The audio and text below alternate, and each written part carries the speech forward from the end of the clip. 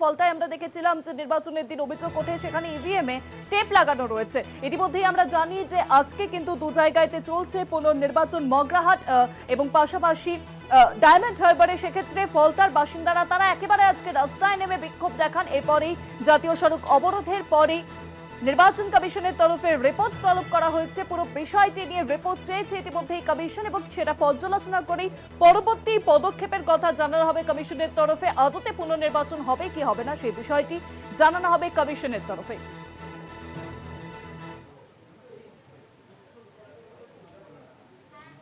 যেমনটা জানাচ্ছিলাম, ফলতায় জাতীয় সড়ক অবরোধ করেন গ্রামবাসীরা এবং অবরোধ করে বিক্ষোভ দেখান তারা। ফলতায় পুনর্নির্বাচনের দাবিতে বিক্ষোভে একেবারে স্থানীয়রা। ইভিএম এ কারচুপির অভিযোগ স্থানীয়দের।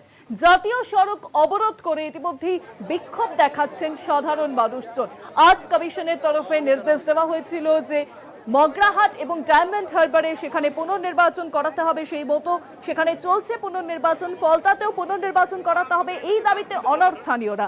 মগরাহাট পশ্চিমের 11টি বুথ এবং ডায়মন্ড হারবারের 4টি বুথে ইতিমধ্যেই চলছে পুনর্নির্বাচন। সকাল 7টা থেকে শুরু হয়েছে এবং সেই নির্বাচনের ইতিমধ্যেই শুরু হয়েছে। পাশাপাশি আপনাদেরকে জানিয়ে রাখি যে ফলতাতে ইভিএম এ কারচুপির অভিযোগের সামনে আসে এবং ইভিএম এর কারচুপির সামনে আসার পর স্থানীয়রা একেবারে এই মুহূর্তে রাস্তা অবরোধ করে রয়েছেন এবং সকাল থেকে এই ছবির সামনে আসছে ফলতা থেকে। কমিশনের তরফে ইতিমধ্যেই কিন্তু রিপোর্ট তলব করা হয়েছে। ফলতায় পুনর্নির্বাচনের দাবিতে স্থানীয়রা তারা একেবারে অনড়।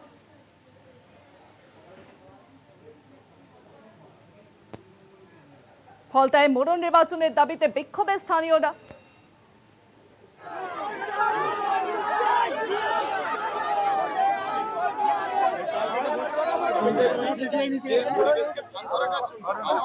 आप तो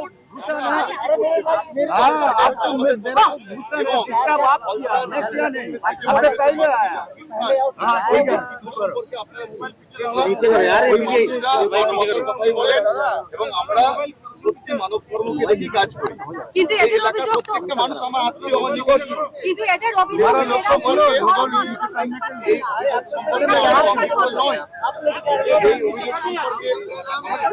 আমি পড়ে যাব। আপনার নাম কি হলো? আপনার নাম পড়ে যাব, গাড়ি পড়ে যাবে। আচ্ছা, আপনার নাম কি হলো? আমি এই এলাকার মানুষের সঙ্গে আমার ভালো সম্পর্ক আছে।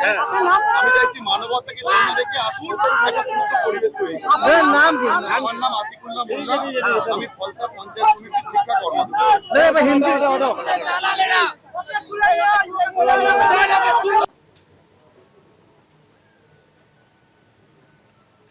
ফলতায় বিক্ষোভে গ্রামবাসীরা। জাহাঙ্গীর খান তিনি উপস্থিত হয়েছেন একেবারে ঘটনাস্থলে, তার বক্তব্য আপনাদেরকে শোনালাম। এই মুহূর্তে জাতীয় সড়ক অবরোধ করে বিক্ষোভে সাধারণ মানুষ। নির্বাচনের দিন অর্থাৎ 29 তারিখ যে নির্বাচন ছিল সেদিন ইভিএম এ কারচুপির অভিযোগ ওঠে এবং ফলতার বাসিন্দারা তারা একেবারে পুনর্নির্বাচনের দাবিতে অনড়। আজ মগরাহাট পশ্চিমের 11টি বুথ এবং ডায়মন্ড হারবারের 4টি বুথে চলছে পুনর্নির্বাচন। পুনর্নির্বাচন করাতে হবে ফলতাতে, সেই দাবিতে একেবারে অনড় গ্রামবাসীরা। তারা রাস্তায় নেমে বিক্ষোভ দেখাচ্ছেন, রাস্তায় বসে পড়েছেন তারা। সেখানে একদিকে যেমন কেন্দ্রীয় বাহিনী মোতায়েন রয়েছে পরিস্থিতি সামাল দেওয়ার জন্য, ইতিমধ্যে কমিশনের তরফে রিপোর্ট তলব করা হয়েছে।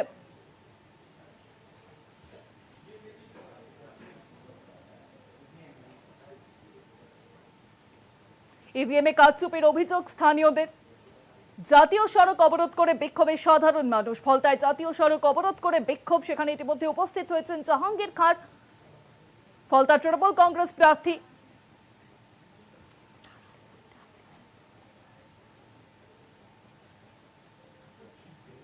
সরাসরি রয়েছেন ফলতা থেকে আমাদের প্রতিনিধি প্রিয়গোপাল মুখোপাধ্যায়। আমি প্রিয়গোপালের কাছে চলে যাব। প্রিয়গোপাল, তুমি ইতিমধ্যে জাহাঙ্গীর খানের সঙ্গে কথা বলছিলেন, তিনি কি বলছেন এবং পাশাপাশি কি পরিস্থিতি এখন ফলতায়, কারণ কমিশনের তরফে তো রিপোর্ট তলব করা হয়েছে।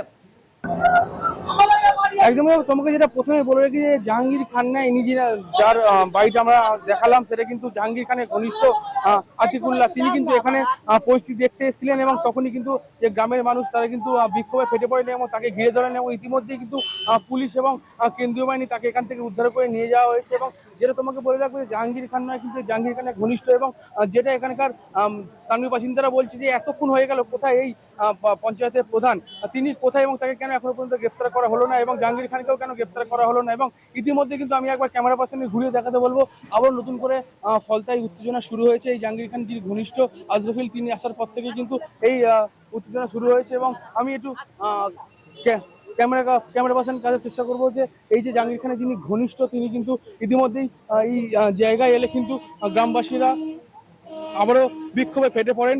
এবং এই যে জাহাঙ্গীর খানের যিনি ঘনিষ্ঠ, আমি আরেকবার কিন্তু তার সঙ্গে কথা বলে নেওয়ার চেষ্টা করবো। ইতিমধ্যেই কিন্তু যে একদমই তাকে আরে আসতে রিল্যাক্স করতে দেন, দাঁড়াতে দেন, ভাইও কথা বলো। তুমি এখন এমন ভাই কথা এসছে, বলছো, তোমরা যে অভিযোগটা করেছো, আমি বলছি হিন্দি থেকে বলছি, তোমরা যে অভিযোগটা করেছো প্রশাসন আছে, আইসিসি আছে, তোমাদের অভিযোগটা খতিয়ে দেখে যা শাস্তি দেবার আইনের চোখে সেই শাস্তি সেই ব্যক্তি পাবে। हमें बिना पूछकर मार खाया, ठीक है। আচ্ছা, তার জন্য इसे भी আমি- चौकदार को হ্যাঁ, শুনুন, এবার हम আমি कुछ বলছি- नहीं किया। আমি বলছি আপাতত এই যে হাসিমনগর একটা ঐতিহ্য, এই যে সম্প্রীতি, এই সম্প্রীতি ধরে রাখার জন্য আজকের দিনে কেউ আমরা রাজনীতি চশমায় কাউকে দেখবো না। ना राजनीति चौकदार আমি চাইছি মানবতা চশমায় দেখো। देखो देखो কোনো না তার জন্য আমরা করি না। আচ্ছা আমরা এখানে যে এটা করেছি আমরা কোন রাজনীতি না করেছি? না না never, কখনো না। আমি চাইছি মানবতাকে সামনে রেখে হাসিমনগর বঙ্গনগর ঐতিহ্যকে বজায় রাখার জন্য তোমরা একটা রিটেন কমেন্ট করো, আমাদের প্রশাসন সঙ্গে আছে, তার ব্যবস্থা প্রশাসন নিয়ে নেবে। কারণ আমি কোন আমাকে এবং এবং আমাকে না দিয়েছে ভোট আমার বারবার দোকান ভাঙলো, এবারে মারধর করলো, সব কিছু করলো। তাহলে আমি সব আমি আমি তোমাকে বলছি, তোমাদের যা অভিযোগ আছে তোমরা সেটা রিটেন দাও, প্রশাসন তার ব্যবস্থা নেবে। আর এই তোমাদের এলাকার সুরক্ষার জন্য প্রশাসন তোমাদের সেভ করছে। কারণ আমি রাস্তাঘাটে বেরোই, আমি রাস্তাঘাটে বেরোই, আমার ফুল সাপোর্টে থাকবে তোমরা। কারণ আমার যদি কিছু হয়ে যায় তাহলে মিডিয়া সবাই দায়ী, একদম সবাই পুলিশ এনে অন রেকর্ড বলছি, On record? অন রেকর্ড বলছি, আজকে ফলতার মাটি হচ্ছে সম্প্রীতির মাটি। শুধু ফলতা নয়, হাসিমনগরের ঐতিহ্য একটা আছে দ্বিতীয় চন্দননগর, যেখানে জগদ্ধাত্রী পুজো হয়। আপনারা জেনে রাখুন, দ্বিতীয় চন্দননগর নামে খ্যাত, এরা আমার ভাই। এখানে কেউ রিলিজিয়াস পারপাসে ব্যক্তিকে বিচার করবেন না। হিউম্যানিটি, মনুষ্যত্ব, বিবেক, চেতনাকে নিয়ে দেখুন। প্রত্যেকটা বছর দিয়ে ব্রেক করবেন না, সরি। আমি চাইছি, আগে ইন্ট্রো দিচ্ছি, হাসিমনগরের ফলতার মাটি হচ্ছে সম্প্রীতির মাটি। কেউ হয়তো কোনোরকম প্ররোচনামূলক উৎসাহ করার জন্য তারা কেউ হয়তো বাজে কথা বলছে। আমি এলাকাবাসীকে এই মিডিয়ার মাধ্যম দিয়ে জানাতে চাইছি, কারোর কথায় কান দেবেন না। আসুন আমরা হাতে হাত রেখে ভাই ভাই ভাই হয়ে আমার সমাজ ব্যবস্থাকে ভালো করার জন্য, আমাদের স্নিগ্ধ শীতল পরিবেশ করার জন্য, আগামীতে আমাদের প্রজন্মকে আরো উজ্জ্বল ভবিষ্যৎ করার জন্য আসুন আমরা একসাথে ভাই ভাই গ্রামের সেফটি, একদম পুরো গ্রামের সেফটি, পুরো গ্রামের সেফটি, পুরো গ্রামের সেফটি। এবং আরেকটা কথা বলছি, আরেকটা কথা, যে ব্যক্তি সম্পর্কে এক মিনিট আমার কথার মধ্যে আপনারা আনসার পেয়ে যাবেন। আমার কথার মধ্যে আপনারা আনসার পেয়ে যাবেন। প্লিজ ওয়েট, আমার প্লিজ ওয়েট, প্লিজ ওয়েট। যে ব্যক্তি সম্পর্কে তোমাদের অভিযোগ, সেই ব্যক্তি তোমাদের সামনে আসবে না। আগামীতে যদি কিছু করে আমরা কেউ দায়িত্ব নেব না, প্রশাসন তার যথাযথ ব্যবস্থা নেবে। এখানে আমরা কেউ এন্টারফেয়ার করব না। সেই ব্যক্তির গ্রেফতারের দাবি জানাচ্ছেন? বলুন বলুন বলুন। ঠিক আছে, এবার এই এলাকার মানুষ যা যা ঘটনা ঘটেছে সেই সম্পর্কে ওনারা একটা রিটেন দিক। আমি শুধু নয়, আমি কে, আমি আমার পরিচয় হচ্ছে আপনাদের সেবক। আপনার দলের তরফে কি ব্যবস্থা নেবে? ঠিক আছে, আমি চাইছি প্রশাসন ব্যবস্থা নেবে। প্রশাসন ব্যবস্থা নেবে। দলের হায়ার বিষয়টা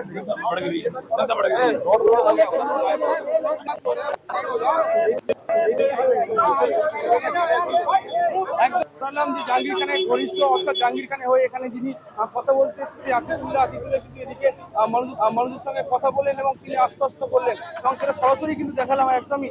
এবং তাকে কিন্তু ইতিমধ্যেই যে কেন্দ্রীয় বাহিনী সহ যে পুলিশ কিন্তু তাকে সরিয়ে নিয়ে যাচ্ছে, অর্থাৎ গ্রামের মানুষ এখনো কিন্তু বিক্ষিপ্ত এবং যে কোনো মুহূর্তে কোনো দুর্ঘটনা হতে পারে। অর্থাৎ ফলতেই কিন্তু আবার নতুন করে শুরু হলো উত্তেজনা, এবং গ্রামের মানুষেরা কিন্তু ইতিমধ্যে ফেরি রাস্তার উপরে উঠে এসে, এবং এই যে জাহাঙ্গীর খান ঘনিষ্ঠ যে আতিকুল্লাহ, তিনি আসতেই কিন্তু আরো বিক্ষোভে ফেটে পড়েন এলাকার মানুষরা।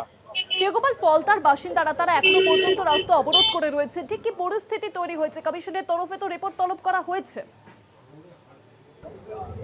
একদমই দেখো যে ইতিমধ্যে কিন্তু আমি আরেকবার দেখানোর চেষ্টা করলো যে যে আতিকুল্লাহ তাকে কিন্তু নিয়ে যাওয়া পুলিশ কিন্তু গার্ড করে নিয়ে যাচ্ছে, কারণ যে এলাকার মানুষ কিন্তু ইতিমধ্যেই ক্ষেপে রয়েছে এবং যে তিনি এই যে এলাকায় আসতে কিন্তু যে এলাকার মানুষ আরো কিন্তু বিক্ষিপ্ত হয়ে পড়ে এবং তাকে কিন্তু পুলিশ ইতিমধ্যেই যে উদ্ধার করে নিয়ে যাচ্ছে এবং ফলতার মানুষ কিন্তু আবার নতুন নতুন করে যে উত্তেজনা, সেই উত্তেজনা কিন্তু আবার শুরু হয়েছে এবং ফলতার মানুষ কিন্তু আবার যে সকল মানুষ গ্রামের মধ্যে ছিল তারা কিন্তু রাস্তার উপরে উঠে এসছে। ধন্যবাদ তোমাকে প্রিয়গোপাল। সরাসরি ছিলেন ফলতা থেকে প্রতিনিধি প্রিয়গোপাল মুখোপাধ্যায়। প্রিয়গোপাল যে ছবিটা তুলে ধরছিল ফলতার বাসিন্দারা, তারা একেবারে রাস্তায় বসে বিক্ষোভ দেখাচ্ছেন, পুনর্নির্বাচনের দাবি তুলছেন তারা। আজ কিন্তু পুনর্নির্বাচন চলছে মগরাহাট পশ্চিমের 11টি বুথ এবং ডায়মন্ড হারবারের 4টি বুথে। ফলতাতে নির্বাচনের দিন অর্থাৎ 29শে এপ্রিল যেদিন নির্বাচন ছিল সেই দিন কিন্তু একেবারে আমরা দেখেছি যে কারচুপির অভিযোগ উঠেছে, ইভিএমে কারচুপির অভিযোগে এবার সামনে রেখে স্থানীয়রা গ্রামবাসীরা তারা একেবারে রাস্তায় বসে বিক্ষোভ দেখাচ্ছেন।